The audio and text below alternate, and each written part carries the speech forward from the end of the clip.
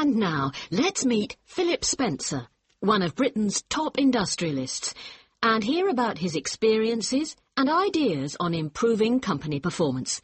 Welcome, Philip. Thanks, Gemma. Good to be here. Philip, you're famous for your unique approach when called in to advise companies. Well, I'm certainly very generous with my advice.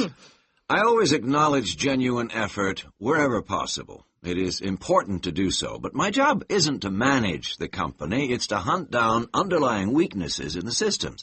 That's what I'm trained to do. Your visit to Manson's received a very mixed response, didn't it? Well, yes.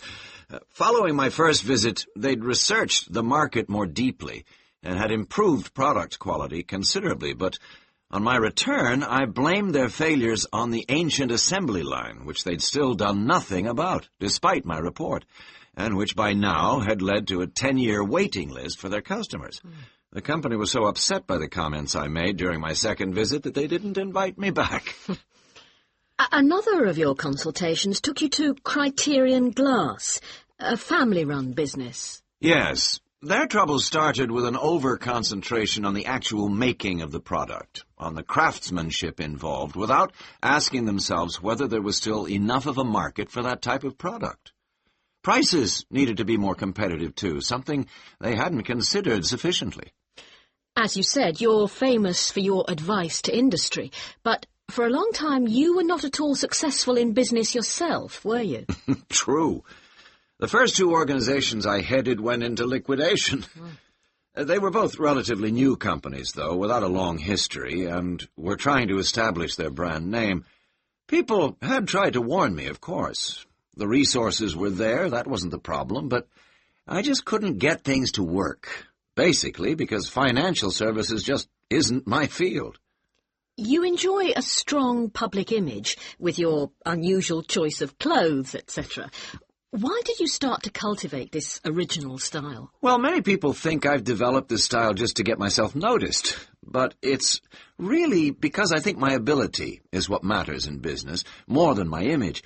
I like to do my own thing, so why shouldn't I please myself how I look? I know many other business people prefer to follow convention and dress more seriously. That's up to them. Did this help you to get one of the top jobs in the country, the chairmanship of LBI? That's not really for me to say. The company was in serious trouble when I joined.